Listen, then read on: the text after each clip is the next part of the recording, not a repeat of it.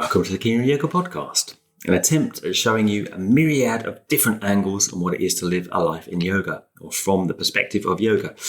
Whether this is through the practice of asana or other modalities that our guests have committed to over most of their lives probably, all our guests we think, particular stories of interest and ideas worth sharing. It is our sole attempt to help share as many different viewpoints as we can, so as your host, I try, not always succeeding, to take us backseat as I possibly can, hoping to provide an uninterrupted, unmediated experience of our guests. We work hard on the project, bringing you one episode a week, and for over a year now, and we have no thought of stopping this. We love it, but it certainly is a full-time endeavour, and so any contributions at keenyoga.com/podcast are always noticed and appreciated.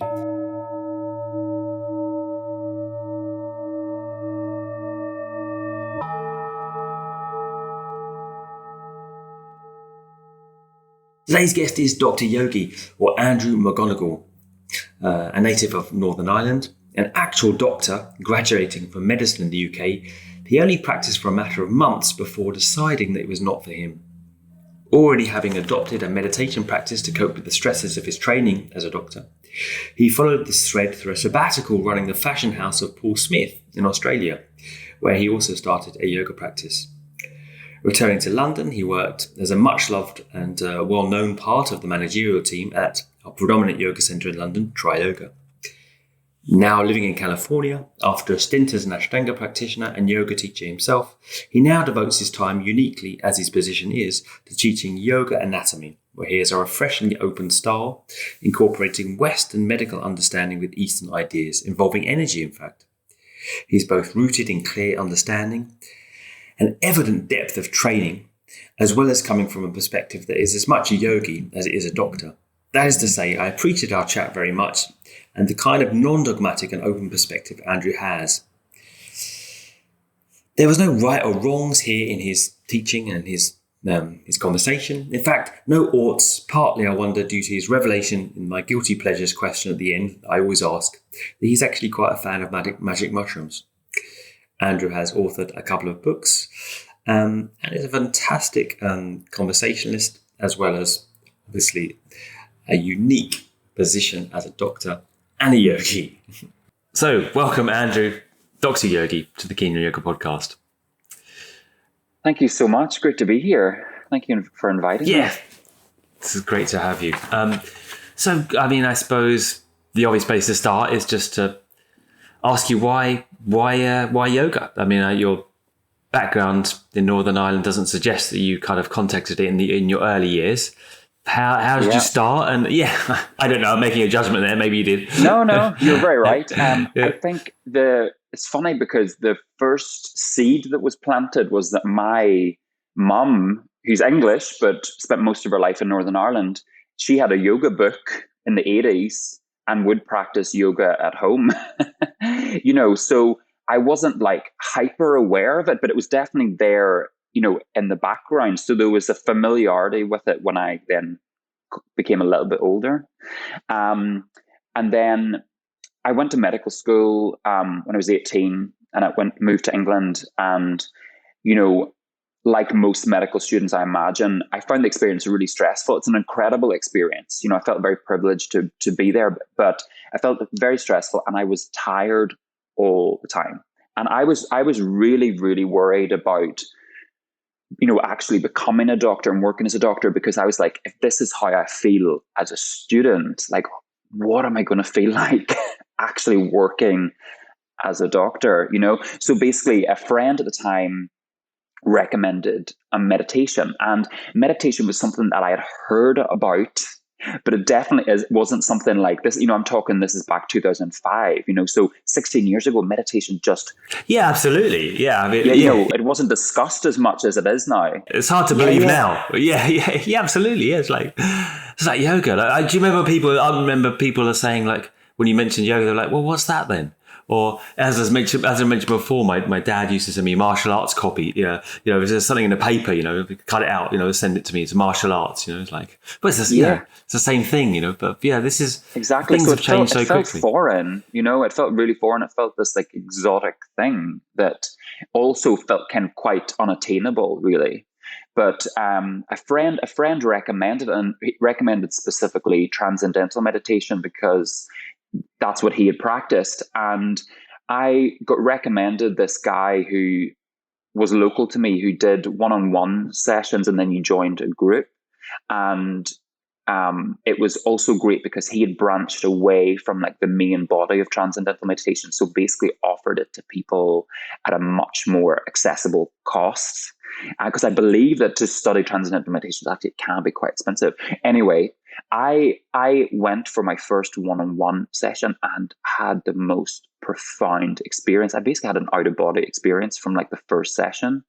And it really blew my mind. It suddenly opened this gateway into spirituality that I had just been waiting to access again. You know, I know it's all within us, isn't it? And it's just about kind of allowing that to be revealed. And you know, it was amazing. I had the most incredible experience. And then I meditated religiously for years. Like I don't, it's interesting, as I've got older, I don't do it as I do it more when I feel like I need to. It's kind of bizarre. I don't know if that's necessarily the best choice that I'm making for myself. but for years I meditated. Well, you really needed it then. Yeah. Yeah. And you completed your doctor training, right? I don't know what they call it in medical school. You completed, and it was in Newcastle, right? In Newcastle. Exactly. Right? So in Newcastle upon Tyne, yeah, that's good. And I graduated. I worked as a doctor. And you did. I didn't know you did. I thought you did work as a doctor. Right. I did work as a doctor. I would meditate on the train on the way to work. I would go into the chapel of rest in the hospital and meditate. So basically, it was like my anchor. It was the only thing that kept me there. But eventually, I found working as a doctor so incredibly stressful, and I just didn't have the right personality for it, and I left. And most people thought I was totally crazy. How long did you work for? I didn't work long. It was maybe 9 months. I didn't even complete. Right. So really wasn't a fit at all. Yeah. It wasn't a fit at all. And look, I had spent obviously 5 years at medical school, but also, I'd made that decision when I was 14, 15. So I'd been on this trajectory, and it was very difficult to step off of that. Yeah, and also it's an esteemed profession, isn't it? So everyone's kind of rooting for you. You know, like you've had this opportunity to do this, and you've obviously got the skills and the ability, and Yeah, and it becomes part of your identity. Absolutely. Like a yoga teacher. Yeah. People say, "Oh, you're doing medicine." Wow, right? Yeah. They never said that to me when I said, I'm doing philosophy. Like, oh wow, you're doing something really good for everyone there.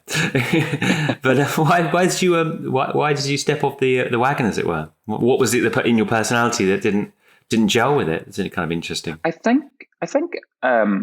I found that what I needed to succeed as a doctor was I needed a level of detachment. I needed to be able to really see it as work and to not create a close bond with a lot of the patients. And I just basically wasn't able to do that. I think I remember this lady on my ward that I really connected with, and she reminded me of my grandmother, and I just created this close bond, not even intentionally. And then, I remember walking into work one day and being asked to do a death certificate, and it was for this lady, and everything was done in a very kind of cavalier attitude, and I was just very, very sensitive to it. So I just found that routine things were just really getting to me on quite a deep level. Yeah, and I just didn't see a light at the end of the tunnel. There must have been the first thing they said to you, though, like in the school, don't get attached to your patients. Well, do you know what's interesting is I found that we didn't get any emotional support. I didn't get advice like that. I wasn't given advice like this is, do this. It was very much all just looking at the medicine of it all and not really looking at the relationships, Yeah, well, also I don't think that's right. I mean, I made a bit of a joke about it, but I don't think it's, whenever I've gone to see a doctor, which has been fairly rarely, to be honest, I've felt the detachment very strongly, and I felt that there's been a lack of presence and a lack of, personal connection. And that's kind of, if you imagine back in the day when we had a more integrated kind of society and we were treated by the local kind of shaman or whatever, a lot of it is about the actual connection that we have with the person and within our own healing to do with our connection, with the person. So, but it's a bit of an aside, really. And there's another thing that comes to mind. Like I remember the first week of medical school, we were doing dissection work for the first time with cadavers. And I was amazed that no one basically pulled us aside and said, okay, most of you are maybe going to see a dead body for the first time. And, you might find yourself reacting this way, and that's completely normal. Or no one pulled us aside after the session and said, hope that was all okay for you. How do you all feel? Don't worry if you have vivid dreams tonight. We were basically just left. Most of us were 17, 18, and we were just left to our own devices. And I just felt that there wasn't enough emotional support there. And you're doing some really quite bizarre things. Well, also, I don't know whether it's changed now. Do you know whether it's changed? I mean, it seems like you're going to turn out some very traumatized, potentially individuals, right? Who've learned to suppress their actual and healthy reactions to things. Exactly. And I felt that I didn't have for a career. I felt like I didn't have a way to express that because it was shown as a weakness. Someone fainted and we were like, oh, they're not going to last. Right. I really hope, Adam, that it's changed. I don't know. Like I'm sure it has in many ways. It's always going to be a tough, challenging career, But I hope that I hope so for all the medical students' sake. Before we go down my quibbles with a lot of modern medicine, what got you into what happened next? Because I heard of you at Tri Yoga in London many years ago. Oh, you worked you worked at Tri Yoga. I taught at Tri Yoga in London. So what was the trajectory then? It must have been a huge crisis and turning point, just quitting, and everyone's saying to you, don't quit, you'll get better, it'll change. And what were your feelings around that? And why yoga then? Why did you jump into yoga at that point? Yeah, you're right. You're so right, Adam. It was a crazy time. And I think a lot of people said, oh, you're so brave. I didn't feel brave. I just felt like I was desperately trying to keep my head above water because I had been on this trajectory and I knew that it wasn't right for me, but also I didn't have the luxury of knowing what was next. So I took a little bit of time out, a couple of months, and then I basically ended up working in fashion. So basically, that's the natural progression. It's a natural progression with a medical degree. Yes, but look, But you know what was interesting was I've always loved fashion, and I focused on transferable skills. I was like, I have developed so many amazing skills as a medical student and as a junior doctor that I can bring to literally any career. And I really needed something polar opposite, basically just for that time of my life. And I ended up moving to Sydney, Australia. And I worked in fashion. I worked for the British fashion designer Paul Smith, and it was an amazing few years. And what's wonderful is I basically learned how to run a small business. Obviously, Paul Smith, if you know it, is a huge international business. But in Australia, we had like a little satellite office. And I learned all these amazing business skills, how to market, all this admin, like publicity. And that's really, now coming kind of full circle, I've been able to bring all that into my own career as a yoga teacher and anatomy teacher, which has been wonderful. But basically, when I was living in Australia, I walked past a yoga shala on the way to work every day, and it just kept catching my eye. And I basically started like a regular hatha yoga practice and just absolutely loved it. I felt transformed. It helped me to really develop a sense of introspection and really start to become aware of how I was feeling, not just in my body, but also with my mental well-being and my spiritual well-being. And it was just wonderful. And then after a couple of years of regular practice, I just had this, sounds a bit cheesy, but I just had this epiphany. I just saw myself teaching yoga. And I've always been a natural teacher. My parents are both teachers. And even at high school, I would teach the other students in my class. Like they would come to me after school and I would teach them the topic we'd just been taught. Teaching's always been a natural thing to me.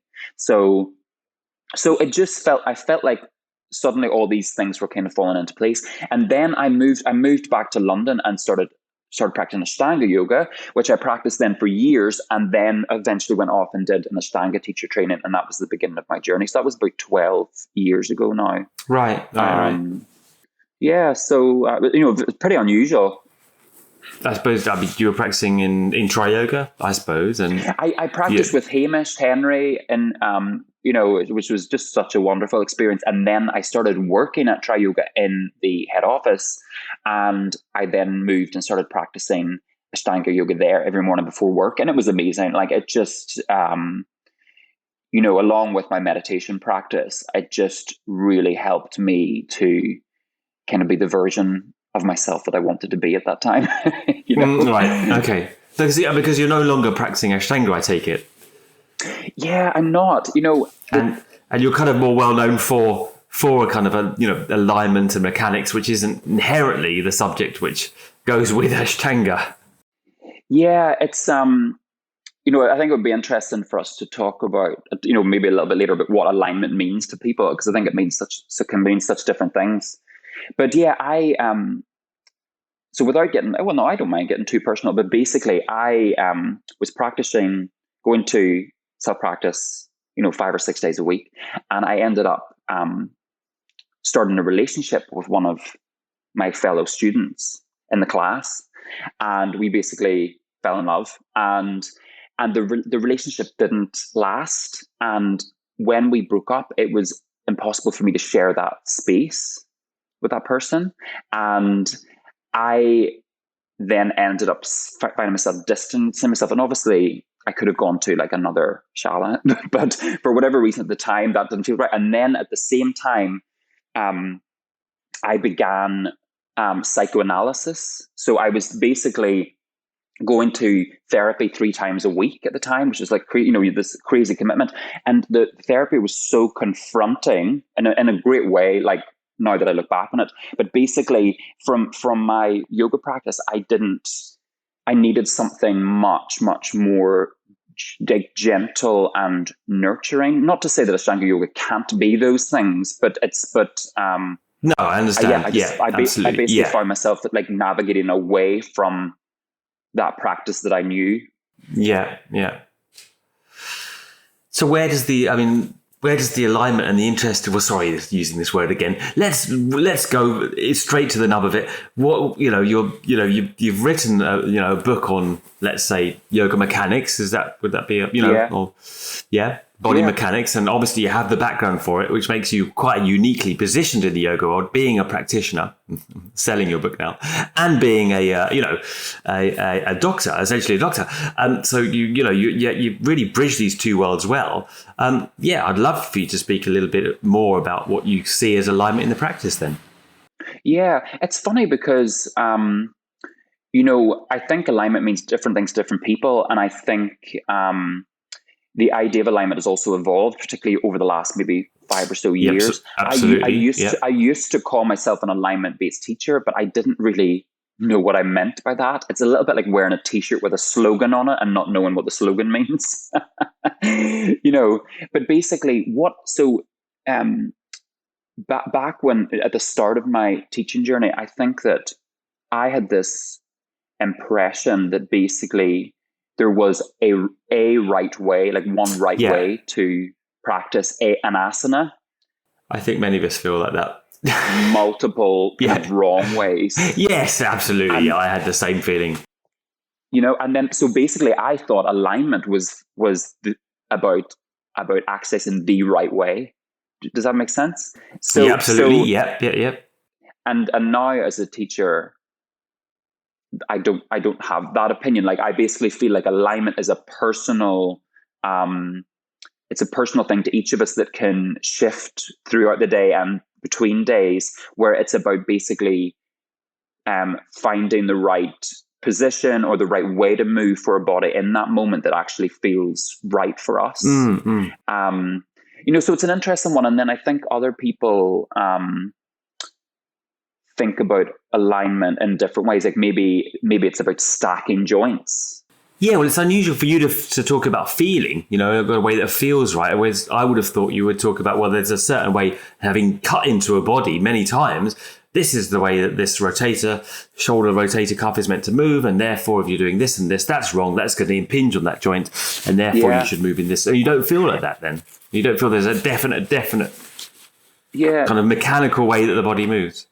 Yeah, no, I think I don't believe that there's any such thing as right or wrong movement, and I think it's basically it's about how that movement feels for us, like what the intent is behind the movement. Is this more of a passive or more of an active position that we're in, and then making the right choices based on that. Yeah. So I have a much more kind of open opinion about it. And also I'm realizing that there's so much stuff that is shared in yoga that just doesn't have any kind of evidence base. So you mentioned about shoulder impingement is something that's talked about a lot, and shoulder impingement all comes from a theory from a guy called Neer, Neer, and basically he was the guy that theorized that in certain positions the rotator cuff and also different parts of the shoulder joint essentially were impinged from the acromion of the shoulder joint. And actually we're realizing that most likely just isn't the case, because there's a lot of research that basically compares people who have had surgery to remove these elements that are thought to create impingement, or there's another group that are just treated with physiotherapy and they have the same results. So I think as you've stepped on a later question I was going to ask you. Yeah, go ahead. No, that was a later question. Exactly, they're going to when it might be necessary to have surgery, and what you think about surgery within yoga, because it's increasingly so. I mean, I think a few years ago, no one thought that you could kind of hurt yourself in yoga, and now it's sort of like, well, yeah, of course you can. Yeah, exactly. And I think what my fear is that it's kind of gone to the other end of the spectrum, where now a lot of people are going, oh my God, like yoga creates all these injuries. Look, injuries happen. So much, a lot of yoga for us is physical. Obviously, it's way more than the physical. We know that, but basically, with any physical activity comes a risk of injury. And there are certain things that you can do to potentially prevent that. But life happens. And can you give examples of those? Because I'm just thinking, I mean, what you're talking is very contrary to the medical, kind of education you've had in a way, right? Like, I mean, because I to share my experience, for example, of a shoulder. I mean, my own shoulders play up now and again, and one day they might feel like there's really something wrong there, and then that might last for a number of days, and then, like, it feels like there's literally energy shifting in the body, and it's not actually necessarily a mechanical. I assume it's a mechanical implication that's, but it's, a week later, there's not a glimmer of it, honestly. I love that you're able to tune into that sense, because I think you're right. Like, what we're realizing is that, like, just to talk about pain science briefly, we're realizing that,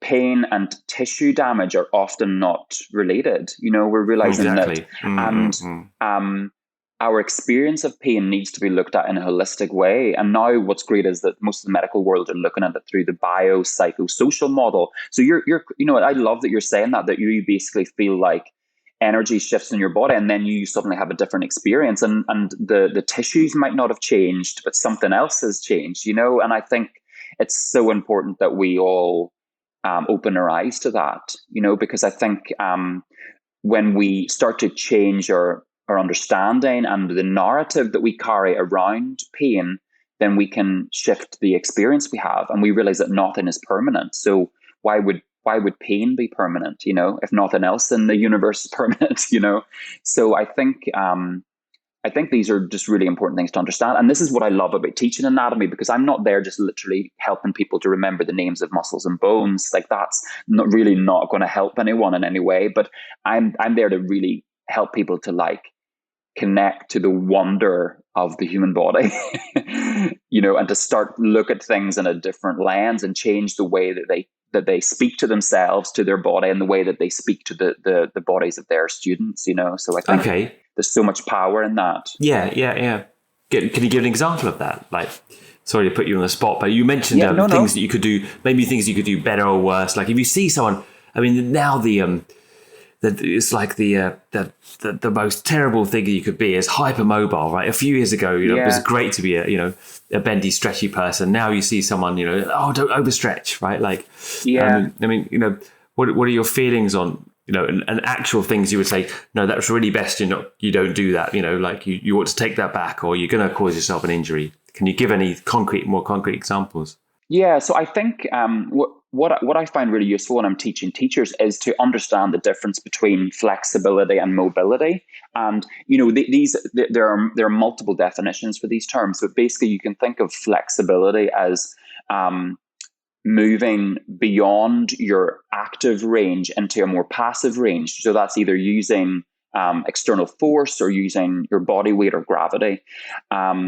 It's not necessarily a bad thing. It's not bad per se, but then mobility is about staying within your active range. So the range that you have kind of basically full control over. And I think when we start to understand the difference between those, then we can start to potentially make better choices for ourselves.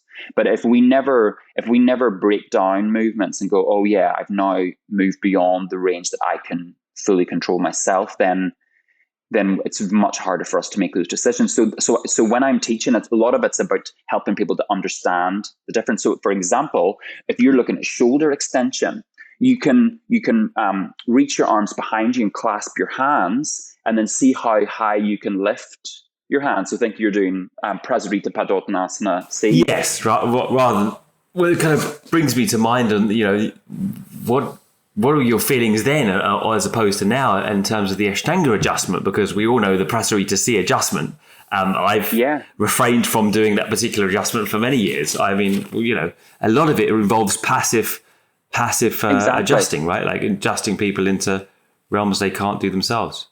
And again, like I'm never ever black and white about things. I'm never going to say as a blanket statement that's wrong. But what I will say is if you are always on a regular basis, if you're moving your shoulder to that extent and it's passive range, but you're never doing active work, and there's very, very little active shoulder extension in a traditional yoga practice, then your shoulder is not going to be as healthy as it could be. I'm just going to put it there. Like, I'm not going to say, oh, this will lead to injury, because we can't make statements like that again. But if you then do work where you're lifting your arms behind you, but you're not clasping your hands, or you're not using a strap, and you're doing regular work to actually actively move through shoulder extension, it's definitely going to help. And I think these things need to be coupled. So if you're doing extreme passive movements a lot, I really don't think that your body's going to be in the best shape for you.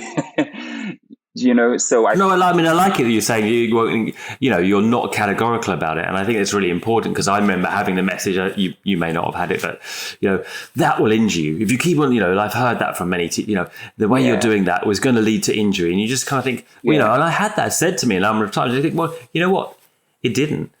Because everybody has different compensations and balances, and I can hinge like a 180 degrees from my lower back, like a flamenco dancer. And it's, honestly, that, yes, looking at it, you think, well, that doesn't look great, but it's never caused me any problems, Exactly. And look, that's fear-based language, which I really try to avoid, because what you're doing is you're setting someone up with a negative expectation. And if you're telling someone that they're going to get injured from something, then maybe, the likelihood of them becoming injured is higher. It's the nocebo effect. Because we all talk about the placebo effect, and most people know about the placebo, but nocebo. But this, I'm not making it up. I wish this is going to hurt you. I was making this up. Yeah. No, I have heard of it, but I like it. Yeah. Yeah, but it's also, David, the same, or sorry, Adam, don't know why I'm calling you David. Adam, it's the same as, say, a Virabhadrasana, so it's like, but like Virabhadrasana, warrior pose, a very common cue is, keep your knee above your ankle to protect your knee joint. Now, that's not biomechanically sound. Yes, it's valid to keep your knee above your ankle. Just convention, isn't it? Because someone's told it in the TT, and these things become passed on. I mean, you never saw. Patabi. You look at Patabi Joyce, for example. I mean, not that he's necessarily a paradigm of comfortable body movement, but certainly in the when you see kind of older Indian pictures of Virabhadrasana and things like that, the knee is way past the ankle, right? Yeah. There's so many of the rotations are like not in the kind of current paradigm of alignment.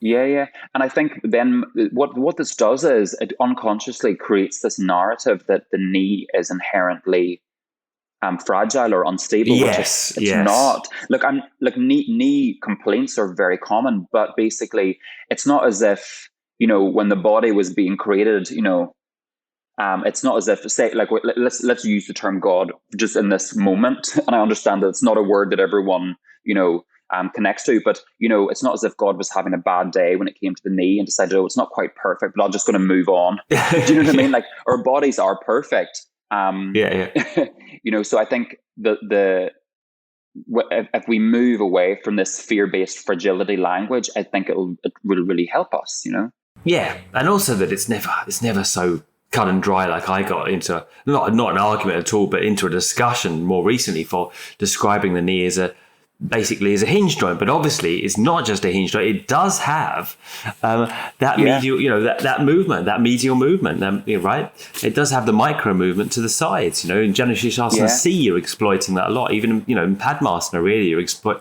And it's not inherently bad, I suppose. So, but then what are we left with if we can't kind of try and guide our students with kind of clear, definitive, well, don't do that, don't do this? I mean, how do you then teach? So I have a framework, and I will say something like, I think it's still okay to say things like, in a warrior, for example, traditionally we stack the knee above the ankle and just leave it there. You don't have to go on to say, to protect your knee, but also say, for example, in like a pigeon pose, what I will do is, instead of thinking about what the pose looks like, I would try to focus more on the quality of the pose. So I would encourage students to say, look, let's try to just be a little bit more active and engaged in this position. So can you actively, press the parts of the front leg that are in contact with the mat down into the mat?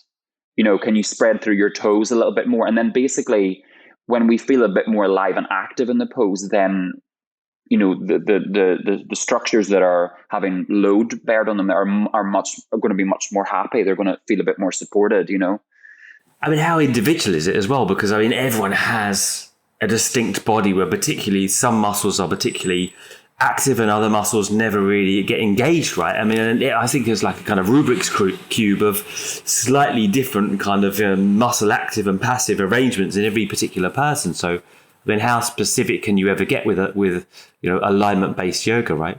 Or treating each person as a kind of tabula rasa for their own alignment. Yeah, completely. So I just find it fascinating to watch in general what's happening with teaching, and it's shifted a lot over the last 5 years. I think I don't know if you have the same opinion, but I've seen it go from being very like, this is the way to do it, to now. Well, also, and you mentioned the idea of tradition as well. I mean, you say, well, I don't think anyone would have a problem with that, but actually many people have a problem with saying this is how it was traditionally done, because then they'll say to me, and many times they've said to me on posts and stuff, well, then what are you calling tradition, right? Like, when do we go back? Do we go back to Batabi Joyce, or do we go back further, and right? And, and then inherently, just because it's old, does that make it good? Yeah. Does that make it right?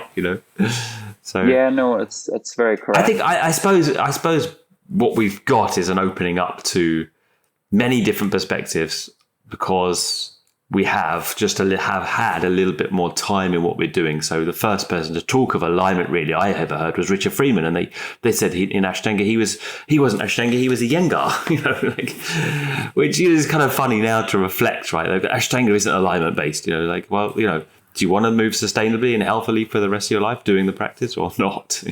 Yeah. And it's funny, isn't it? Because I think my experience of Ashtanga when I started, and maybe it's not even to do with my teachers, maybe it's just the personal lens that I saw it through.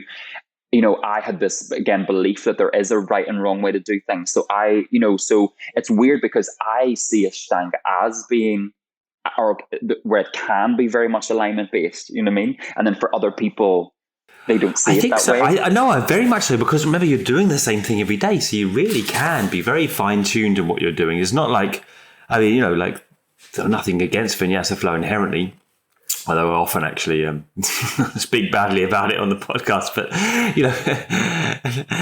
in that kind of thing, you're moving in such. I kind of feel like I did one class once, and I thought this is a recipe for injury, because you're being asked, you're looking at the front to what the teacher's doing, and you're going to, I can see it as enjoyable and fun, and I can understand the attraction, but I think the alignment possibilities, or the ability to work very particularly with your own body, are so great when you're repeating that same formula every day, actually.